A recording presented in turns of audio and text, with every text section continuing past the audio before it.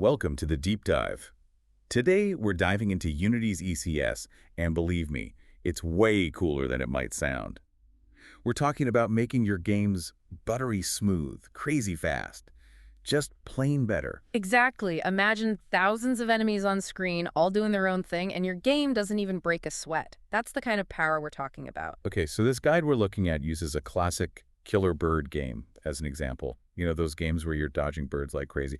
I've definitely lost hours to those. A classic for a reason. But what's really cool here is how the guide uses this simple game to explain some really powerful concepts. Like, how do you spawn hundreds of birds without your game turning into a slideshow? Right, and they don't just tell you how to do it. They explain why ECS makes it so much better. They actually compare it to having all your data perfectly organized like it's in a filing cabinet instead of scattered everywhere. It's all about efficiency. With ECS, your CPU can access and update information insanely fast. Think about how often you've wished your game could handle more, well, everything. ECS might just be the answer. Okay, so that's the why, but what about the how? This guide jumps right into bootstrapping. Was that something you had to wrap your head around? Oh, absolutely. It's one of those things that seems way more complicated than it is. It's basically like building a bridge from the old way of doing things in Unity to the awesome world of ECS. So it's like a translator between two different languages. Exactly. Since you can't directly mess with ECS components in Unity's editor, bootstrapping links everything up. That makes a lot of sense. And there's this whole section on initialization, too, like the setup before the big show. Exactly. You wouldn't just chuck all your ingredients in a bowl and hope for the best when you're baking. Right. You got to preheat the oven, get your tools ready. Initialization is kind of like that for your game, setting the stage for all the ECS awesomeness. So in this case, they're getting those killer birds ready for action. Precisely. Yeah. Defining their position, how fast they move, that sort of thing. And they're even pulling in the bird's look from the Unity editor, right? Yeah. And saying, hey, use this awesome design. Exactly. That's that bridging thing with bootstrapping coming in again, connecting those familiar assets to this new ECS way of doing things. It's like they're fluent in both languages. Okay, so we've got our birds all set up. How do we actually unleash them on the screen? The guide talks about a killer bird spawn system. Is this where things get really exciting? Oh, absolutely. This is where we see the elegance of ECS in action. I'm ready. Tell me more. A system in ECS, basically, it's like a specialist. One job, and it does it amazingly well. So this killer bird spawn system, it's the one calling the shots on bringing those birds into the game. But in a way that keeps things running smooth, I know. Right, that makes sense. But games have been spawning stuff forever. What makes ECS so different? It's how it handles it. Imagine ordering 100 pizzas one by one. Would take all day. ECS, it's like putting in that massive order all at once. Those like those entity command buffers we talked about. They're taking that whole order, and then the game can just like churn through them. Exactly. Instead of creating each bird individually, it queues up all the commands and then bam, instant flock of birds. That's really smart. No wonder it's called data-oriented. Oh. Okay, so we've got hundreds of birds ready to go, but they're kind of just frozen there. What brings them to life? That's where the killer bird move system comes in. This is where you start to see those ECS performance gains really take off, no pun intended. Hit me with those gains. Yeah. How does ECS make movement better? Remember those component data arrays we talked about? This system grabs the position, rotation, speed, all that for every bird instantly. It's like it's got all the flight plans right there at its fingertips. Exactly. And because ECS organizes memory so well, updating all those birds is crazy fast. Think about those times you're struggling to get rotations right in your game. The system uses something called quaternions, makes them buttery smooth. Quaternions. Sounds kind of intimidating. They sound scary, but trust me, they're your friend when it comes to 3D rotations.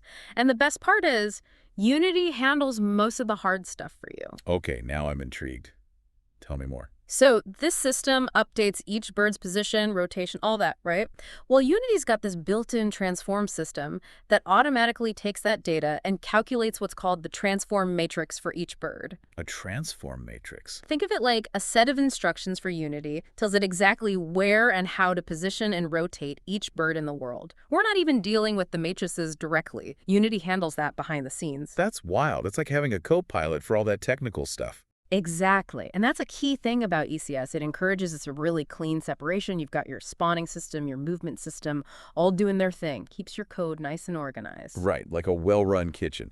Everyone's got their station and they're killing it. But even the best birds, they gotta, well, meet their end, right? That's where the killer bird remove system comes in. Precisely. Circle of life. even in our digital world. And when it's time for a bird to fly off to that great game in the sky, this system handles it gracefully, I might add. Gracefully. Isn't destroying objects in Unity kind of a pain? Right. I've definitely hit performance snags when things start, exploding all over the place. Oh, for sure. Randomly deleting things. Recipe for lag. But don't worry, Entity Command Buffer is back to save the day. Those command buffers are the real MVPs of ECS. Totally. So instead of destroying the bird immediately, the killer bird remove system is like, hold up, I'm adding you to the list. We'll take care of this efficiently later. It's like scheduling their retirement instead of kicking them to the curb. Exactly. Actual destruction happens later in a way that keeps things running smooth. No drama, no performance hits, just clean removal. That's so cool. So we've seen how this guide takes this simple bird game, rebuilds it with ECS, but it goes even further, right? It starts getting into some really cool little details and optimizations. Oh yeah, they don't hold back. One that caught my eye, talking about transforming entities without using the usual transform system. Okay, now we're getting into some next level stuff. I'm ready. Yeah, it might seem a little intimidating at first, but it's like, when you switch from driving an automatic to a stick shift, you get so much more control over what's happening. So instead of messing with position, rotation, scale all separately, you're working directly with this transform matrix component. Okay, I think I'm following. Yeah. But what's the actual benefit of, getting down to that level? It's all about unlocking that next level of performance. Precision, even. Think of it this way. When you manipulate the transform matrix directly, you're basically speaking the same language as the game engine itself. So it's like a shortcut that bypasses all those extra translation steps. Exactly. And fewer steps, well, that means less work for your CPU, which means smoother gameplay, especially for those moments when you need super tight control. It's not something you'll use for every single thing in your game, but when you need it, it's there. I do love that ECS gives you all those options. Speaking of options, the guide goes into multi-threading too, which is kind of the holy grail of game dev, right? It really can be. Imagine if a chef had to cook like a 5-course meal all by themselves. It would take forever. Now picture a whole team of chefs, each one tackling a different part of the meal at the same time. That's the power of multi-threading. So instead of making your CPU do everything one thing at a time, you're splitting up those tasks so each processor core can grab a piece. Exactly. And this is where ECS really shines. Remember how we were talking about how each system has that one specific job? That makes it really easy to spread the work out across multiple cores. And the best part, most computers have multiple cores just waiting to be used. That's amazing. It's like having this whole team working behind the scenes to make your game amazing. Exactly. And the results, they speak for themselves. The guide mentions a performance increase of, get this, 200 frames per second just by switching to ECS. 200. That's insane. My games would love that kind of performance boost. That's incredible. It really shows how powerful ECS can be for both small projects and huge ones. It's not even just about smoother frame rates. It's about the doors it opens up. Imagine adding all those extra details, all that polish to your game without your game, exploding. That is the dream.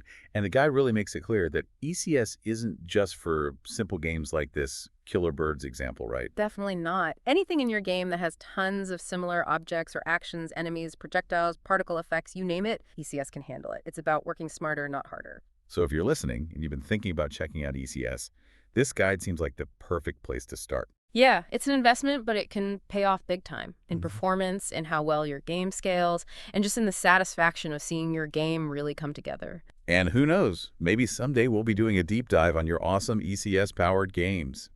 Until next time, happy coding, everyone.